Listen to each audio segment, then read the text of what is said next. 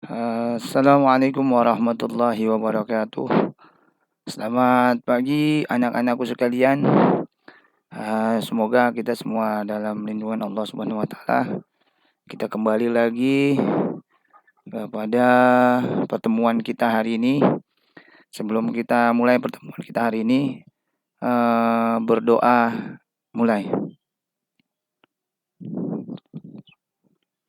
Selesai. Baik ya, kita kemarin berbicara tentang interaksi antara negara-negara ASEAN ya, negara-negara ASEAN. Ada beberapa negara ASEAN yang sudah saya sebutkan di minggu-minggu yang lalu. Sekarang kita mengenal negara-negara ASEAN. Salah satunya adalah eh negara Brunei Darussalam. Negara Brunei Darussalam itu adalah negara yang memiliki pemerintahan kesultanan ya. Di Di atas bisa kalian lihat tuh di atas. Memiliki pemerintahan kesultanan. Juga negara Brunei ini dipimpin negaranya yaitu sultan. Karena dia pemerintahannya kesultanan. Ibu kotanya sendiri adalah Bandar Seri Begawan. Bahasa utama yang digunakan oleh Brunei Darussalam adalah bahasa resmi.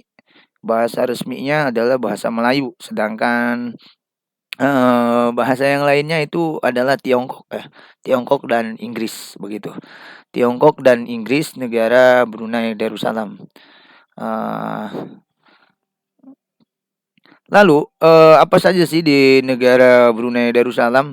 Negara Brunei Darussalam selain tadi yang saya sudah sebutkan, negara Brunei Darussalam juga memiliki agama yang resmi yaitu agama Islam yang menjadi agama resminya, sementara ada agama lain yang diakui negara Brunei adalah Buddha dan Kristen. Rakyatnya berbangsa Melayu. Penduduknya sendiri pada tahun 2018 ini berjumlah 0,4 juta jiwa. Hari kemerdekaannya pada tanggal 1 Januari 1948. Meskipun demikian, tapi perayaan yang dilakukan hari libur nasional atau hari nasionalnya, proklamasi diselenggarakan itu pada tanggal sejarahnya pada tanggal 23 Februari 1984. Dan perayaan dijadikan hari nasional oleh negara Brunei yaitu pada tanggal 23 Februari 1984 menjadi rujukan menjadi hari nasional. Hari jadinya negara Brunei Darussalam yaitu pada tanggal 23 Februari. Lanjut ke negara Brunei. Negara Brunei memiliki mata uang dolar, dolar Brunei. Terus memiliki lagu kebangsaan Allah peliharakan Sultan. Nama istananya sendiri adalah Istana Nurul Iman. Brunei memiliki keadaan alamnya luar biasa. Luar biasa juga Brunei memiliki kekayaan alamnya. Selain ke letak luas dan batas negara Brunei berbatasan di pantai barat Kalimantan ya, Kalimantan Barat Laut. Terletak di pantai Kalimantan Barat Laut berbatasan dengan satu negara saja, yaitu Malaysia di Sarawak, atau terletak di 4 derajat lintang utara dan 5 derajat lintang utara juga. Dan 111 derajat bujur timur sampai 115 derajat bujur timur. Keseluruhan negara Brunei ini menghadap ke Laut Cina Selatan. Panjangnya sekitar 161 berapa ini, subhanallah alhamdulillah akbar, sekitar 161 sampai 115 bujur timur ya. Maksud saya negara Brunei Darussalam ini juga dibagi menjadi 2 bagian, ada bagian barat dan bagian timur. Bagian barat sendiri dibagi atas 3 daerah. Yang pertama adalah Tutong, yang kedua adalah Blait, yang ketiga adalah Brunei Blait gitu ya. Sedangkan bagian timur dari negara Brunei yaitu adalah daerah Temburong. Wilayah keseluruhan negara Brunei sendiri cuma kecil sedikit, 5.765 kilometer persegi. Hampir sama dengan luasnya Pulau Bali ya. Pulau Bali itu sekitar 561 kilometer persegi begitu. Brunei juga memiliki perbatasan sebelah utara dengan Laut Cina Selatan, sebelah timurnya dengan Sabah Malaysia, dan sebelah baratnya dengan Sarawak Malaysia. Iklim Brunei sendiri suhu rata-rata tahunan itu 27,8 derajat Celcius. Beriklim tropis, terus memiliki hujan yang turun pada bulan Mei hingga Desember dan musim kemarau terjadi pada bulan Januari sampai April.